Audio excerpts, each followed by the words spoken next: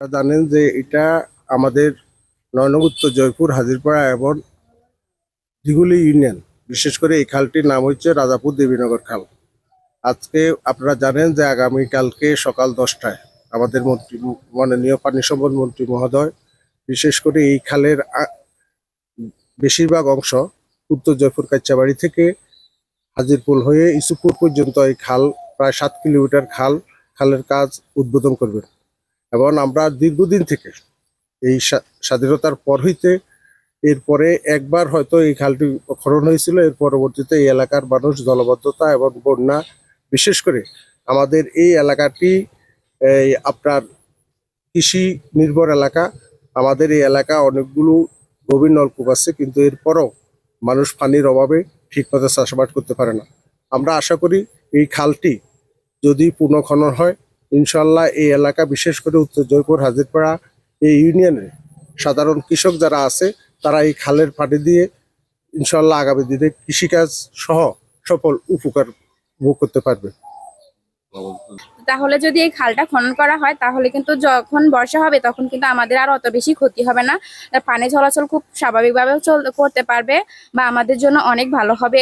এই স্কুল মাদ্রাসা যাওয়ার সময় আমাদের অনেক উপকৃত হবে। তারপরে যে পানি চলাচল করতে অনেক সুবিধা হবে। উত্তর জয়পুর ইউনিয়নের কাচ্চাবাড়ি হইতে ইসুপুর এবং এটা দেবীনগর খাল। তো আগামীকাল সকাল 10টায় মাননীয় পানি সম্পদ মন্ত্রী লক্ষ্মীপুর সদর 3 আসনের এমপি শ্রদ্ধেয় জনাব শহীদুদ্দিন চৌধুরী এনি সাহেব এসে নিজে উদ্বোধন করবেন। আমরা আশা করি উনি উদ্বোধনের পরেই দীর্ঘ সময় না লাগিয়ে বর্ষার আগেই এই খালটা পুনঃখনন করে জনগণ মাছ চলে গেছে পানির কারণে। তারপরে এলাকার ফসলের ক্ষতি হয়েছে পানি বা আটকে থাকার কারণে। খাল এটা খনন হইলে আমাদের এলাকার উন্নয়ন হবে, পানি চলে যাইবে। পানি আমাদের উনি হচ্ছে ইউসুফ ভূঁইয়া, উনি চন্নঞ্জ থানা বিএনপির সাধারণ সম্পাদক এবং এই ইউনিয়নে বারবার নির্বাচিত চেয়ারম্যান, সাবেক চেয়ারম্যান।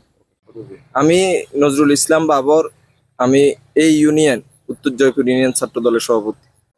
আমাদের 9 নং উত্তর জয়পুর ইউনিয়নে এই খালটি আসলে দীর্ঘদিন থেকে এই খালের কোনো খনন কাজ হচ্ছে না। এর কারণে আমাদের আসলে এই অঞ্চলের মানুষ খুবই ক্ষতিগ্রস্ত।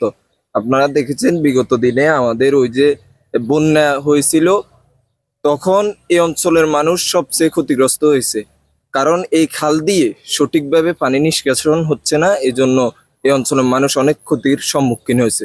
তো আমরা এটা বিশ্বাস করি বা এই খালটি খনন করলে আমাদের ইনশাল্লাহ এই অঞ্চলের মানুষ কৃষিভিত্তিক অঞ্চল, এই অঞ্চলের মানুষ আসলে কৃষি উপর নির্ভরশীল। তো সেই হিসেবে এই খালের কারণে পানি নিষ্কাশন হবে সঠিকভাবে, মানুষ বন্যা কবল থেকে রক্ষা পাবে এবং মানুষ এই খালের পানি দিয়ে ইনশাল্লাহ কৃষিকাজে এই পানি ব্যবহার করে আসলে কৃষি উন্নতি হবে এই অঞ্চলের মানুষ। তো আমরা বিশেষ করে আমাদের পানি সম্পদ মন্ত্রী জনাব শহীদুদ্দিন চৌধুরী এনি ভাইকে ধন্যবাদ জানাই, উনি এরকম একটা পদক্ষেপ নেওয়ার জন্য।